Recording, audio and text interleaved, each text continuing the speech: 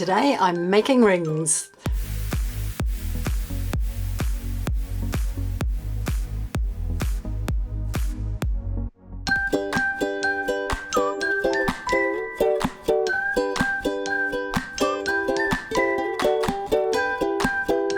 Hi everyone, welcome back to my channel. It's lovely to have you here. If you're new here, on this channel I show you how easy it is to make your own jewellery, and today's project is super simple. It's really basic. You don't need very much to make it, just some special tools and a little bit of wire. So let's get started. I'll walk you step by step through the process of making it and tell you all about everything that you need. What I have in front of me here is some 16 gauge wire. This one's copper, but you could use silver or gold if you wanted to. Now you could use an 18 gauge for this as well, but the ring wouldn't be quite so sturdy. So what you're after is something that's going to hold its shape nicely. Remember, with wire, the smaller the number, the larger the wire is, or the diameter of the wire. So this one being 16 gauge is quite a large one. As well as that, I've got some tools. I've got my flush cutters, I have some chain nose pliers, and I've got some round nose pliers, and I've also got a pair of nylon jawed pliers. And the other thing I'm going to be using is a ring mandrel. This one has the measurements down the front so you can see exactly what size you want to make. So the first thing we're going to do is going to take some wire, and I'm going to just pull some off. Sometimes it's a little hard to get off this wire because it is pretty firm. Which one is it? There we go. Now I want probably about 20 centimeters or so. You won't need that much, but it's better to have more than too much than not enough. And I'm just going to straighten it out a little bit with my fingers, and then I'm going to take my my nylon jawed pliers, and I've still got it on the roll so that it gives me something to hang on to. And I'm just going to run those pliers down the length there. Now don't worry about the curve in the wire, it's just getting out any major kinks. I'm going to turn it over and do it the same thing. I just find if you do it from more than one angle, you'll get a better straighten. Okay, so that's my wire. Now I'm going to take my flush cutters, and I'm going to use the flat side of my cutters, not the indented side, and I'm going to cut that end off. And that's all we need our wire for. Alright, so I have a piece that's about 25 or 30 centimeters long. Now I'm going to take my ring mandrel. I'll just move my pliers out of the way. Whoops. And now my fingers, as you can see, I've got quite small fingers, and I'm going to go with a size 5, which is quite small, but it always goes up a size when you make it, so I'll end up with about a 6. So what I'm going to do is putting my mandrel down in front of me, and it's quite hard to do showing you, but I will do my best. And I've just got it kind of centered on my wire here. And you notice that the curve of the wire is going in the direction of, so that it's going to go around the mandrel. That just makes it easier. And what I'm going to do is just wrap my wire around that number 5 and pull it nice and tight. Okay. Now I'm going to take it off my mandrel. So that's what I have now. And now what I'm going to do is just take my round nose pliers, and going right down to the large end of my pliers, I'm going to put my wire between the jaws there, and notice that I've got the loop that I've just made flat against the side of the plier there. So what I'm going to do is, holding my pliers upright like this so the points are facing up, I'm going to push that wire around so it comes back to face me.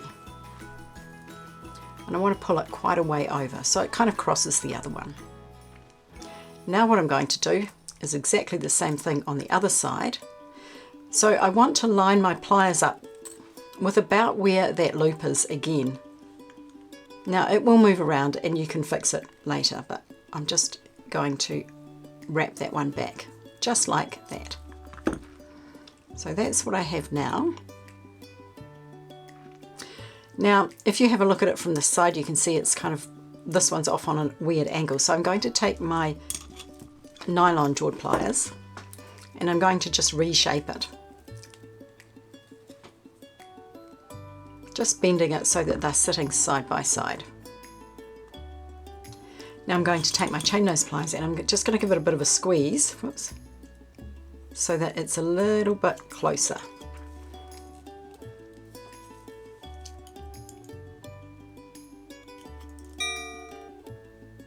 Now you can make these loops as large or as small as you would like. So that's what I have now. Now I'm going to take it back and put it back on my ring mandrel. And you can see already, don't know if you can see, but it's gone up to size 6. What I'm going to do is I'm going to fold it over, turn it over, and holding my hand on that place where they cross, or where the loops are, I'm going to bring this wire up and over so that it's on the top side or closest to the small end, and I'm going to bring this one on the bottom around. Now it will move and you'll find that it, you've got to bend it back into shape. That's just part of it. Okay, so that's what I have now. Now what I'm going to do is I'm just going to pull these back so that they meet up. So they look like that. Okay, so that's the easy part. Not really, it's all easy. Now what I'm going to do is I'm actually going to try it on. So I'll just take off this ring that I'm wearing and I'm going to put it on my finger and see if it fits. And it's about right for my finger, so that's good. All right, so now what I'm going to do is make my design. Now this is the original ring that I'm making. So what I'm going to do is just do these swirls on this side. Now I've got quite a lot of spare, but it's good to have the spare in case you just decide to do something else. So maybe you might want to do something like this with it, or it just gives you a little bit more to work with. In this case, I'm just doing a really basic ring. So what I'm going to do is I'm going to take my flush cutters and I am going to cut it at about 2 centimeters past the edge of the ring. So there's, if I look at that, that's about the edge of the ring, and I'm going to cut it about there. Remember to use the flush side of your cutters, and I'm going to do that exactly the same on the other side. Now it really doesn't matter how far up you go, because you will just play around with it and make it, you know, you can do more loops or more swirls. So what I'm going to do is take that end that I just cut and putting it right in the point there of my pliers, my round nose pliers, and I'm going to make a loop. Now it's a little trickier to make a loop when you've got the ring here. If you haven't made loops before, I will leave a link in the description box below for a video I did on making basic loops. So this is really an introduction to wire wrapping. It's a real basic introduction. So what I did there was I just put my pliers in and I made a loop. So I'm going to do it the opposite way on this one. So holding it between the jaws of my pliers, making sure it's not sticking up, and just twisting, whoops, twisting my hand away from me.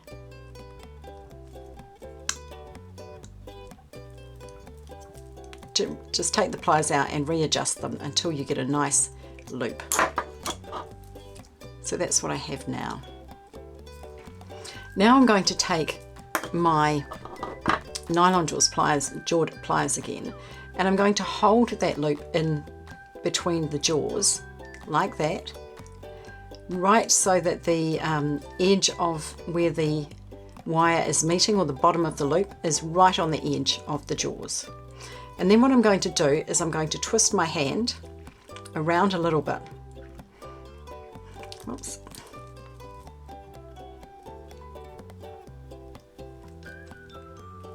I need to replace the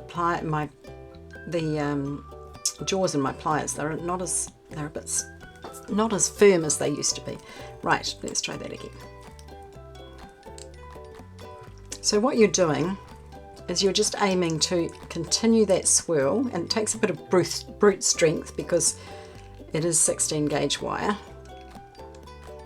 and just continue to twist it up until you have a nice coil, as much as you want. And then we're going to repeat it on the other side. So you're basically just holding it really firmly and moving towards the ring. So moving the jaws towards the ring, kind of pushing your elbow out. A little bit at a time. Then readjust and push some more.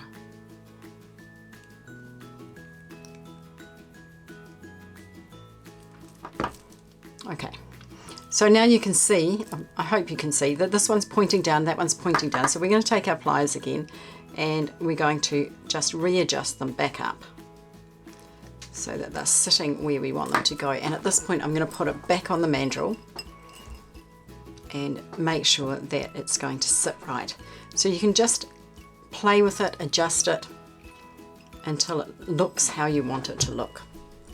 Now the beauty of this ring is, if you have a look at the back of it, it is adjustable because it has this gap here.